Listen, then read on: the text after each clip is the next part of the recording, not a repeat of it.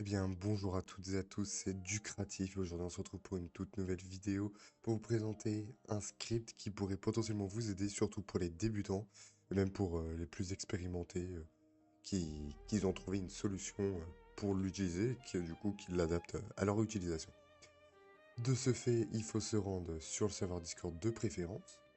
Quand vous êtes sur le serveur Discord, vous descendez un petit peu. Ici, vous avez gratuit téléchargement. Vous avez trois catégories pour l'instant à l'heure actuelle. Donc vous, ce qui vous intéresse, c'est Script5M, vous êtes dessus. Et vous avez un petit lien.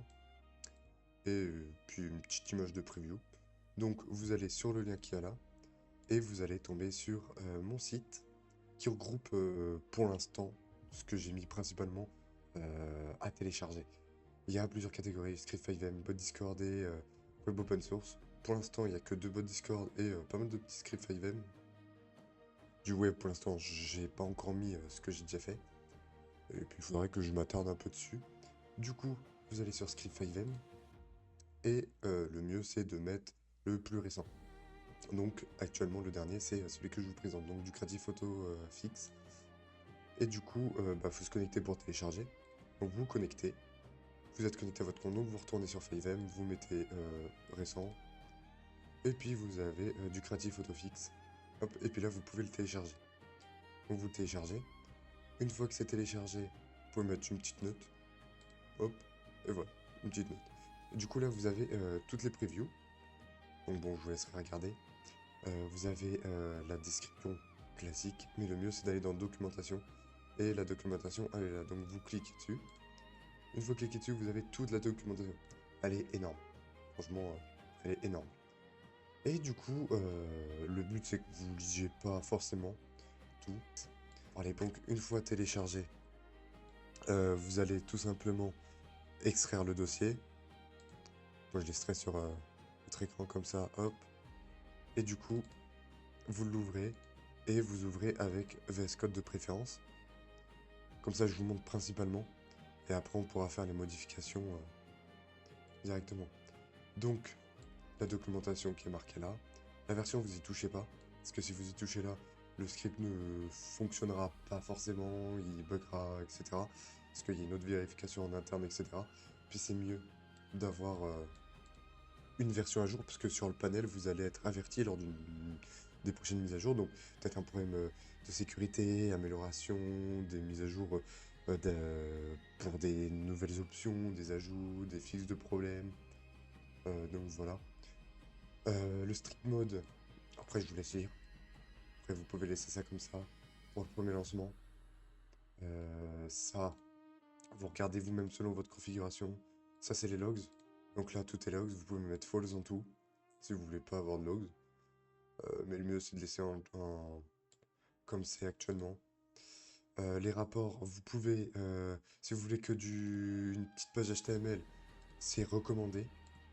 Le JSON, c'est plus pour tout ce qui est API, etc. Donc vous pouvez mettre false. Les reports, c'est dans quel dossier? Donc là, le dossier qui est déjà créé, le suppose, mais peut-être. Si vous voulez activer la sauvegarde des anciens reports, je vous le conseille. Si vous voulez faire, admettons, vous ajoutez quelque chose, vous modifiez ou autre, vous voyez la différence entre votre nouveau report et les anciens. Ça, c'est le max de report que vous stockez. Si vous voulez activer le scan entre deux reports, donc ça veut dire entre votre nouveau report et l'ancien, comme je vous disais avant, ça c'est pratique. Ça, c'est les petites console logs. Vous pouvez mettre false, comme ça votre console logs il est propre, enfin votre console TXAdmin il est propre. Ici, si vous voulez mettre un webhook, vous pouvez laisser vide et le rajouter plus tard sur le panel. Et vous mettez un client ID, donc le client de l'ID Discord. Donc admettons, hop, là, copier. Et puis vous aurez le client et le secret, c'est expliqué là. Donc voilà. Et vous rajoutez bien la redirection. Donc c'est l'IP de votre serveur, le port que votre serveur il expose, comme si vous allez vous connecter sur votre serveur, le nom du script et callback comme ça, exactement comme ça. Vous changez juste le port et là, et puis voilà. Si vous avez besoin d'un serveur 5M sur un hébergeur facile à config avec un support au top, et ils ont un serveur Discord aussi d'aide de développement. Il y a aussi, du coup, sur ce serveur-là, je suis staff. Puis même moi, je connais l'hébergeur, on va pas dire par cœur, mais assez grandement, puisque j'ai des machines chez eux. et ben vous avez juste à aller sur anos.fr, vous faites offre 5M, vous choisissez votre offre. Donc si c'est que du développement GTADev, ça suffit amplement. Une clé Patreon partagée, donc si vous voulez tester avec des vêtements et d'autres choses, surtout les vêtements, c'est ça que les gens cherchent, et aussi des armes en add-on. Et du coup, avec le code DUCRADIS, vous avez moins 10% sur votre abonnement. Donc n'hésitez pas à profiter, foncez. Donc quand vous lancez le serveur, vous avez bien le script qui démarre. Donc voilà, faut que le script démarre avant EXExanted, OXTarget, OXinventory de préférence, OXlib, OXMySQL bien évidemment, parce qu'il veut check si la base de données est bonne. Après j'ai fait une petite tempo qui check sur 3 rangs. Dans CRCFG, donc quand vous lancez, vous mettez le script et vous lui ajoutez les permissions, donc c'est dans la doc, les permissions admin pour pouvoir utiliser les commandes dans la console directement, Pyrodactyl ou TXAdmin directement. Si vous voulez lancer un scan ou autre, vous avez bien la version. Vous avez le dashboard, donc là, du coup, localhost. Si vous cliquez dessus, voilà, vous avez vous atterrissez sur le centre d'aide. Donc vous pouvez le mettre en public ou en privé, ça. Et vous avez se connecter. Donc vous vous connectez dessus. Là, du coup, vu qu'on n'a pas configuré notre petit Discord, du coup, ça nous met le token secret. Donc le token secret, vous le mettez ici dans le config.lua. Donc ça, c'est le token que vous allez rentrer du coup sur, sur le panel. Pourquoi il vous le demande? Ça, c'est parce que vos informations ici ne sont pas bonnes. Donc, vous rentrez le client ID comme je vous ai dit, et le client, le secret de votre Discord ici. Si vous avez mis les deux bonnes informations, ça vous demandera pas le token. Donc là, j'ai redémarré le serveur avec toute la config que j'ai faite, etc. Donc le client ID, le secret du bot Discord, mais pas de token. Parce que comme ça, vous pouvez laisser le token vide. Donc on fait se connecter, et là, ça va me demander de me connecter avec mon compte Discord. La première connexion, donc quand vous allez ajouter le script, la première connexion d'un compte Discord, ça sera le master automatiquement. Donc on fait ça, et du coup, voilà. Donc là, on a check, passe 0, 0, 0. Le framework, il est en inconnu, MySQL inconnu, FX Server, on n'a pas la version, et l'OS inconnu. Donc, vous avez la zone master, vous êtes master en bas, tout est bien, là vous vous déconnectez. Donc ce qu'on va faire, donc là, c'est vide, et là du coup on va lancer un scan. Hop, et on lance le scan. Donc voilà, là vous avez toutes les informations, donc on peut voir la fiche. On peut voir la fiche, donc la fiche elle se retrouve dans le dashboard. Donc vous avez tout. Donc voilà, du coup là on voit le framework, côté MySQL, quel script j'utilise, le build de mon serveur et du coup mon OS. Donc là vous avez tout ce que vous avez. Et du coup on peut voir notre report ici. Notre dernier report, du coup il est 22h25, on est le 4, donc ça va être celui-ci, le dernier tout en bas. Hop, je peux faire ouvrir. Et du coup là, voilà, taux de réussite, 100%. Et là j'ai tous les détails. Là, c'est si, admettons, il y a des suggestions, au cas où, s'il y a un problème ou autre, des suggestions. Et là, du coup, on peut voir les autres. Donc, on peut fermer cette page-là. Donc, ça affiche un HTML qui est généré. Et puis, on peut même supprimer. Et du coup, on peut voir les ressources. C'est toutes les ressources qu'il y a sur votre serveur. Donc, vous pouvez les restart. Donc là, c'est, hop, le petit check qu'il a fait. Donc, c'est pour ça que vous pouvez retirer les logs, etc. Mais au cas où, si vous avez un problème. Voilà. Du coup, on va prendre le FK du coup qui est en start. Là, on n'a rien dans la console. On peut l'arrêter si on veut. Hop, on a bien, hop, voilà, stop ressource FK. Et du coup, voilà. Donc si on va dans les ressources, on peut voir que FK, voilà. Et du coup, on va le restart. Donc pour le restart, c'est simple. Vous voyez stophead, vous faites ça, paf, hop, et voilà. Et là, du coup, on actualise. C'est un CSG. Donc là, comme vous voyez, au cas où j'ai mis une petite sensibilité, au cas où si vous faites pas exprès. Et puis voilà, vous pouvez tout voir. Vous pouvez le modifier. Quand vous le modifiez, ça modifie pas directement celui qui a la racine. Il va créer une backup et du coup le mettre dans un dossier. Donc voilà, comme ça vous pouvez au cas où sauvegarder surtout l'ancien. Et ça, si vous faites n'importe quoi, vous avez toujours celui qui a la racine, c'est le propre, c'est celui qui est utilisé au lancement, etc. C'est celui de base. Scanner custom, donc c'est celui qu'on a vu dans la config de base. Donc vous pouvez le modifier directement ici. Je vais expliquer, donc vous faites ajouter, vous mettez le nom de la ressource, donc c'est le nom exact de la ressource, comme ce que vous voyez dans l'onglet ressources. Le label affiché, c'est la grosse label qui sera affichée voilà, pour les scans, etc. La description, c'est une petite description, pas besoin de faire un truc long. Ici, fail, donc c'est vraiment le fail, c'est le rouge au cas où s'il y a une erreur, ou surtout s'il est absent. Donc là, vous mettez non, c'est juste un petit word. Et là, c'est fail. Ça, c'est les exports. Donc les exports, c'est après, bon, si vous savez ce que c'est un export, c'est principalement dans le fichier serveur.lua. Donc vous cherchez, vous faites un CTRL F sur Visual Studio, vous mettez export tel écrit ici, et vous prenez le nom, donc comme il y a écrit là. Là, admettons, celui-là, c'est celui-ci.